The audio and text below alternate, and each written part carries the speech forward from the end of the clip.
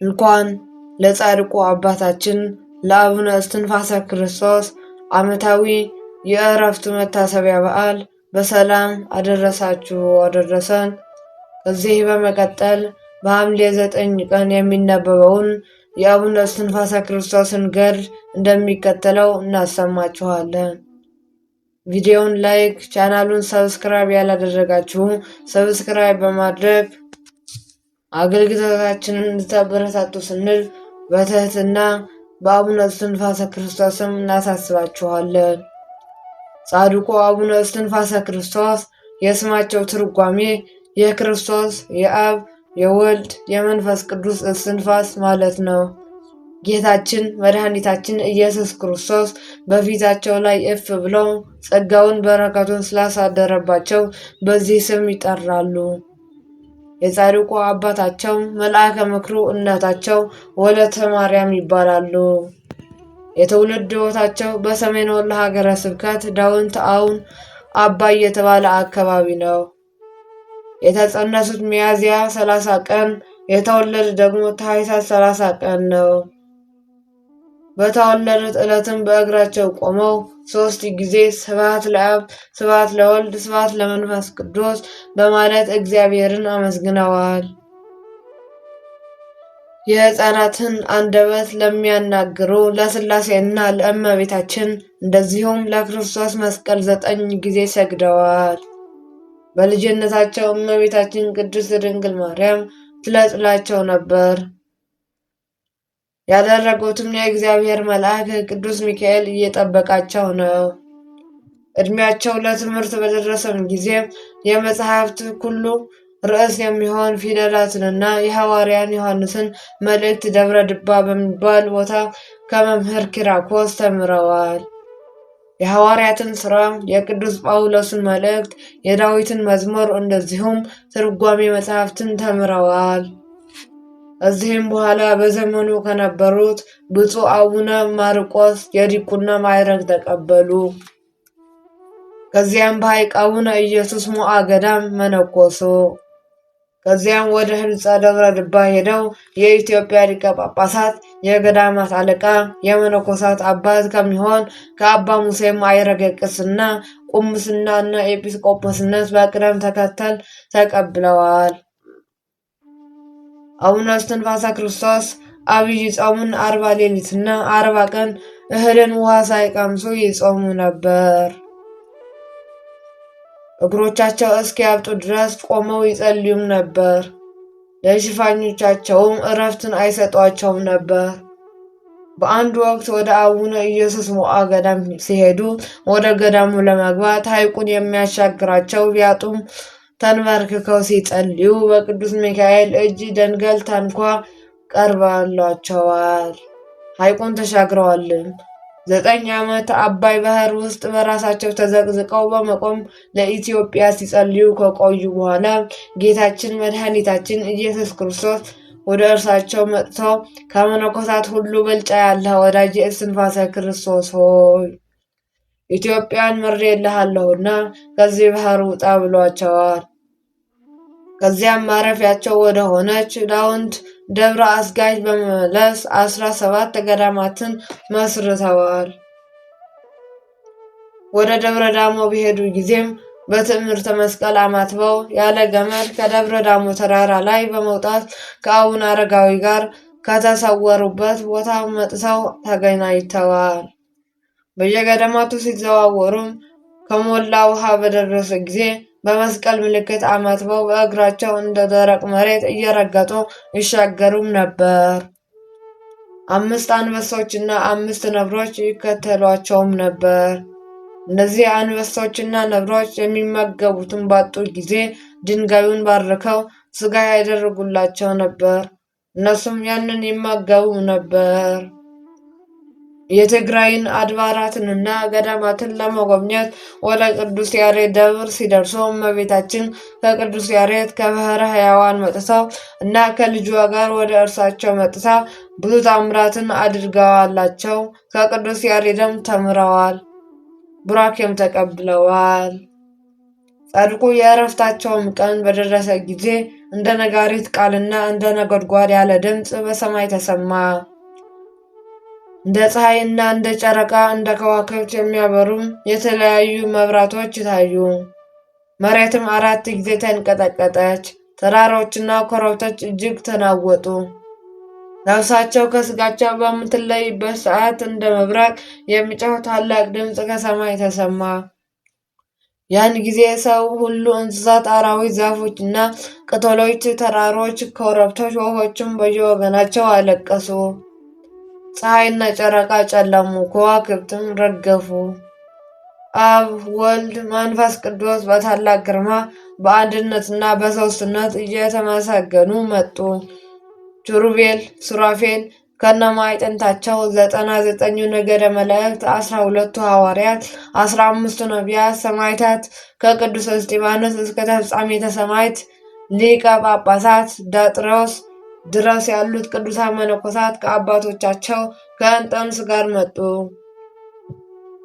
የሰማዕታት እናታቸው፣ የመነኮሳትን የደናግል አክሊላቸው፣ ክብራቸው፣ መመኪያቸው፣ የሐዋርያት ስብከታቸው፣ የነቢያት ትንቢታቸው፣ የመላእክት እህታቸው፣ የኃጥአን ተስፋቸው፣ የፍጥረታት ሁሉ አማላጃቸው፣ የምሕረት እናት ወላዲተ አምላክ እመቤታችን ቅድስት ድንግል ማርያም ደናግላን አስከትላ መጣች። ጻድቁ አባታችን ከጌታችን መድኃኒታችን ኢየሱስ ክርስቶስ ቃል ኪዳን ከተቀበሉም በኋላ ለዚህ ክብር ያበቃቸውን እግዚአብሔር አመስግነው በሰላም አረፉ። እረፍታቸውም ሚያዝያ 9 ቀን ሲሆን ያረፉበት ቦታው ሰሜን ወሎ ሀገረ ስብከት ዳውንት ከተማ ደብረ አስጋዊ ገዳም ነው። አቡነ እስትንፋሰ ክርስቶስ ከጌታችን ከመድኃኒታችን ከኢየሱስ ክርስቶስ ከተቀበሉት ቃል ኪዳን ጥቂቱ ዝክራቸውን የዘከረ፣ መታሰቢያቸውን ያደረገ፣ ስማቸውን የጠራ፣ ገድላቸውን የጻፈ፣ ያጻፈ፣ ያነበበ፣ የሰማ፣ የተረጎመ በፍጹም ልቡና አምላክ እስትንፋሰ ክርስቶስ የእስትንፋሰ ክርስቶስን አምላክ ኃጢአቱን ይቅር በለኝ ብሎ የጸለየ ስሙ በሕይወት መጽሐፍ ይጻፍለታል። ኃጢአታችንን ይቅር ይበለን ብላችሁ ኮሜንት ላይ በመጻፍ የበረከቱ ተካፋይ እንድትሆኑ ስንል እናሳስባችኋለን። ለቤተ ክርስቲያናቸው መባ፣ ስንዴ፣ ዘይት፣ ዕጣን፣ ጧፍ የሰጠ ኃጢአቱ ይደመሰስለታል። ኃጢአታችን ይደምሰስልን። በገነት በመንግሥተ ሰማያት በደስታ ይኖራል። በስማቸው የተራቆተውን ያለበሰ፣ የተራበውን ያበላ፣ ያዘነውን ያረጋጋ፣ በመታሰቢያቸው ዕለት ለአገልግሎት የሚፈለገውን መልካሙን ነገር ያደረገ ኃጢአቱ ይሰረይለታል። ኃጢአታችን ይሰረይልን። በየዓመቱ ሚያዝያ 9 ቀን እና በየወሩ የዕረፍታቸውን መታሰቢያ በዓል ያከበረ፣ ዝክራቸውን የዘከረ ሰማያዊ ክብር ያገኛል። በስማቸው የጽዋ ማህበር የሚጠጡ ሰዎችን ቢኖሩ በመካከላቸው የጻድቁ አምላክ ይገኛል። ዝክራቸውን የዘከሩ፣ መታሰቢያቸውን ያደረጉ፣ በስማቸው የተማጸኑ፣ በገድላቸው የተሻሹ፣ በጠበላቸው የተጠመቁና የጠጡ መካኖች ልጅ ይወልዳሉ። ችግር ደርሶበት ስማቸውን የጠራ ወንድም ወይም ሴት ልጁን በስማቸው የሰየመ በበዓላቸው ቀን ቁራሽ እንጀራና ቀዝቃዛ ውሃ ለነዳያን የሰጠ ኃጢአቱ ይሰረይለታል። ሐምሌ 9 ቀን በዚህች ዕለት ለአቡነ እስትንፋሰ ክርስቶስ ጌታችን ቃል ኪዳኑን የሰጠበት ዓመታዊ በዓል ነው።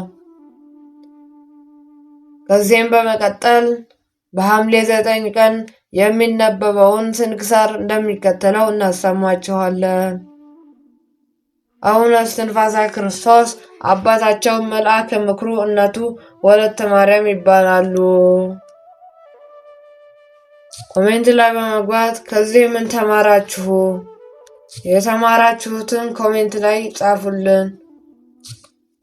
ቅዱስ ቴዎድሮስ ዘአምስቱ አህጉር ሐምሌ 9 በዚህች ቀን የአምስቱ አህጉር ኤጲስቆጶስ ቅዱስ ቴዎድሮስ በሰማዕትነት አረፈ። ዲዮቅልጥያኖስ በካድና ጣዖትን ባመለከ ጊዜ ምዕመናንን ያሰቃዩአቸው ዘንድ መኳንንቱን ወደ ሀገሮች ሁሉ ላከ። ለጣዖትም እንዲሰግዱ ያስገድዷቸው ነበር። ስሙ ፍላጦስ የሚባል አንድ መኮንንም ወደ አፍራቅያ አገር መጣ። በዚህም ቅዱስ ለክርስቲያን ወገን መምህር እንደሆነ ነገር ሰሩበት። መኮንንም ወደ እርሱ አስቀርቦ ለአማልክት እንዲሰዋ አዘዘው። ቅዱስም እንዲህ ብለው መለሰለት፣ ሰማይና ምድርን የፈጠረ አምላክን ትተን ጣዖት ማምለክ አይገባንም። መኮንንም በውኑ አርጤምስንም ለአጶሎን አርዳሚስንም ሌሎች ለአማልክትንም ያይሏቸዋልና ሌላ ነውን?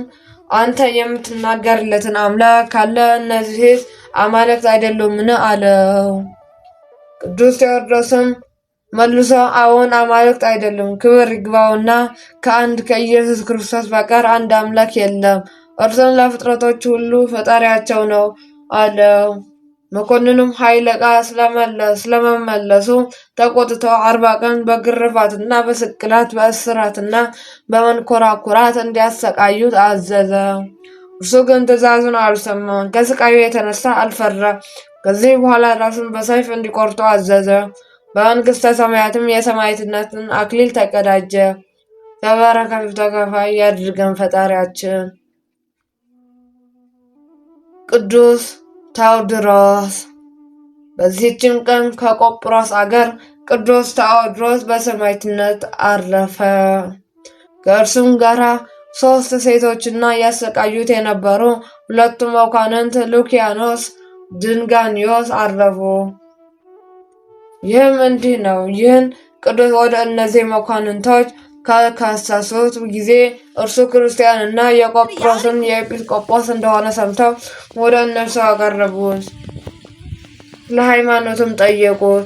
እርሱም ክብር ይግባውና ጌታችን ኢየሱስ ክርስቶስ ታመነ። በበትሮችም እየደበደቡና እየገረፉ ቀጡትን። እርሱም እየዳቀ ሄዶ ጣዖቱን ረገጠው፣ ከመንበሩም ላይ ገልብጦ ጣለው። እሊህ 2 መኳንንት ተቆጥተው ጽኑ ስቃይን አሰቃዩት። ስጋውንም በማግ ጨርቅ ጨውና ኮምጣጣ ነክረው ፋቁት። እርሱም ጣዖታችሁን ይረግም ነበር። ሁለተኛ ምላሱን ቆረጡት። ያን ጊዜም በዚያ ከነበሩ ሴቶች አንዲቱ ምላሱን አንስታ ወሰደች። ከእነዚህም በኋላ ቅዱሱን ባሰሩት ጊዜ ከሴትየዋ እጅ ምላሱን ተቀብሎ በሆድ ላይ አኖራት። ወዲያውኑ ምላሱ ተዘርግታ ወደ አፉ ገባች። አንዲት ነጭ ርግብም መጥታ በቅዱስ ላይ ዞረች። ሁለተኛም ሶሪት ወፍ መጥታ በላዩ ተቀመጠች። እሊህ 2 መኳንንት አይተው አደነቁ። ሉኪያኖስ ክብር ይግባውና በጌታችን በኢየሱስ ክርስቶስ አመነ። ያን ጊዜም መኮንኑ ድግናኒዮስ ተቆጥተው ከቅዱስ ታዎድሮስ ኋላ ይከተሉ የነበሩ 3 ሴቶችን ገደሏቸው። ከዚህም በኋላ ቅዱስ ታዎድሮስ ነፍሱን በሰጠ ጊዜ ርግቧን ሶሪት ወፍ በረር ሄዶ ድግናኒዮስን አደነቀው። ሉኪያኖስም የክርስቲያን ሃይማኖት የቀናች እንደሆነች አስረዳ። ክብር ይግባውና በጌታ በኢየሱስ ክርስቶስ ስም አመነ። ከዚህም በኋላ 2 መኮንኖች ከቆሮንቶስ አገር በመርከብ እስከ ቆጵሮስ ሄዱ። በዚያም ክርስቲያኖች ሲያሰቃዩአቸው ሌላውን መኮንን አገኙ። ሉኪያኖስም ከድንጊያኖስ ተሰውረን በመኮንኑ ፊት ቆመ። የጣዖታቱን መንበር ገለበጠ። ክብር ይግባውና በጌታችን ኢየሱስ ክርስቶስ ታመነ። መኮንኑም ራሱን በሰይፍ እንዲቆርጡ አዘዘ። የሰማዕትነትንም አክሊል ተቀበለ። ድግናኒዮስም ስጋውን ወስዶ ገንዞ ቀበረ። ከዚህም በኋላ ድግናኒዮስ በመኮንኑ ፊት ቆሞ ክብር ይግባውና በጌታችን ኢየሱስ ክርስቶስ ታመነ። ይህንንም በሰይፍ ራሱን ቆርጠው ሰማዕትነትን አክሊልንም በመንግስተ ሰማያት ተቀበለ። አባ ሀልያን። በዚህችም ቀን መስተጋድል አባ ሀልያን አረፈ። የዚህ ቅዱስ የአባቱ ስም ዲስጣ የእናቱ ስም ካልሞና ነው። የአገሩ ስም አይነ ፀሐይ ይባላል። እርሱም ቀድሞ በወጣትነቱ ጊዜ የወርቅና የብር አጥረኛ ነበር። በስራውም የተመሰገነ ነው። በአንዲት ቀንም ከአረብ አገልጋዮች አንዲት ሴት መጥታ ለጆሮቹ ጎትታ እንዲሰራላት ለመነችው። ከሰራላትም በኋላ የሰራበትን ዋጋ ከእርሷ ፈለገ። በፊቱም ራሷን ዘንበል አድርጋ ወንዶች ከሴቶች የሚሹትን ብትሻ እንሆ አለው፣ ሌላ ገንዘብ ግን የለኝም አለችው። ይህንም በሰማ ጊዜም አንቺ የጨለማው አበጋዝ ልጅ ከእኔ ራቂ፣ ፊትሽንም አታሳይኝ አላት። ከዚህም በኋላ ሞትና ፍርድ መኖሩን ለእነሱ እያሳሰባት በማደሪያው ውስጥ ጥቂት ቆየ። ተነስቶም ለድሆችና ለችግረኞች ገንዘቡን መጸወተ። ከገንዘቡም ከፍሎ ለእናቱ ሰጥቷት ተሰናብቷታል። ለ3 ቀን የሚያበቃውንም ስንቅ ይዞ ወደ ገዳም ሄደ። እግዚአብሔርም የልቡናውን ንጽሕና ስላየ መራው። የራቀውን ቦታ ወደ እርሱ አቀረበለት። ወደ ኤርትራ ባህር ዳርቻም በአንዲት ቀን ደረሰ። ቆሞ ሳለም ነጭ ልብስ የለበሱና እንደ ፀሐይ የሚያበሩ መስቀልን የተመረኮዙ 3 ሰዎች ተገለጡለት። አነቁትና ከእሳቸው ጋር ወሰዱት። ወደ አትክልት ቦታ በደረሱ ጊዜ በትረና የዕንቁ መስቀል ሰጡት። በዚያም በአንድነት ጸለዩና ሰገዱ። ከሰገደበትም ራሱን ቀና አድርገው ጊዜ ከእርሳቸው ያገኘው አልነበረም። በመለየቱም አዘነም፣ አለቀሰ። ገድሉን ጻፉ። ባረፈም ጊዜም ቀበሩት። ለእግዚአብሔር ምስጋና ይሁን፣ እኛንም በቅዱሳኑ ጸሎት ይማረን፣ በረከታቸው ከእኛ ጋር ትኑር ለዘላለሙ አሜን። ወስብሐት ለእግዚአብሔር ወለወላዲቱ ድንግል ወለመስቀሉ ክቡር። ይቆየን።